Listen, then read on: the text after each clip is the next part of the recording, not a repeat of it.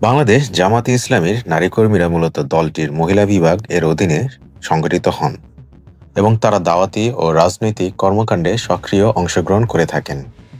এই নারী কর্মীরা সাধারণত ইসলামপন্থী বিশ্বাসে দীক্ষিত, পারিবারিক বা সামাজিকভাবে ধর্মীয় পরিবেশে গড়ে ওঠা এবং জামাতে শিক্ষা দাওয়াতি কার্যক্রমের সঙ্গে জড়িত থেকে ধীরে ধীরে সাংগঠনিকভাবে যুক্ত হন।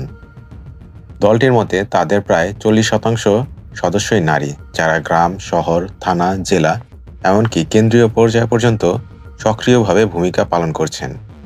তারা ঘরে ঘরে গিয়ে গোষ্ঠী বৈঠক, তালিম, কোরআন হাদিস শিক্ষাদান সহ ধর্মীয় মূল্যবোধ ভিত্তিক জীবন গঠনে কাজ করে থাকেন।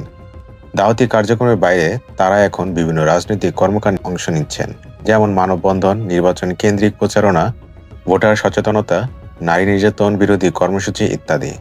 জামাতের নারীরা বর্তমানে আরও দৃশ্যমান হয়ে উঠছেন। সভা সমাবেশ, মিছিল এমনকি রাজনৈতিক সেমিনারেও তারা উপস্থিত থাকছেন। দলটি রক্ষণশীল ভাবধারা থাকা সত্ত্বেও বর্তমানে নারীর ঘরের বাইরে অংশগ্রহণ কিছুটা বাড়ানো হচ্ছে। দলীয়ভাবে হিজাব বা বোরকার পরামর্শ থাকলেও বাধ্যবাধকতার বিষয়টিকে নমনীয়ভাবে উপস্থাপন করা হচ্ছে। যদিও কেন্দ্রীয় নেতৃত্বে নারীর অবস্থান এখনও সীমিত, তথাপি মজলিসে শুরা বা উপদেষ্টা কমিটিতে কিছু নারী প্রতিনিধি রয়েছেন।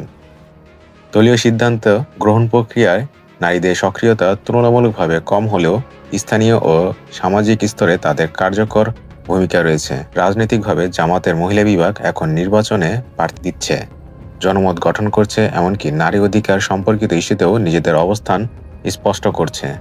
তবে এই অগ্রগতি নানা প্রতিবন্ধকতার মধ্য দিয়ে হচ্ছে, যেমন রাজনৈতিক প্রতিপক্ষের বাধা, আইনশৃঙ্খলা বাহিনীর নজরদারি, সামাজিক রক্ষণশীল প্রতিক্রিয়া ইত্যাদি। সামগ্রিকভাবে দেখা যাচ্ছে জামাতের নারী কর্মীরা শুধু ধর্মীয় দাওয়াতি কাজেই সীমাবদ্ধ নন, বরং তারা এখন রাজনীতির মাঠেও দৃশ্যমান ও সক্রিয় হচ্ছেন।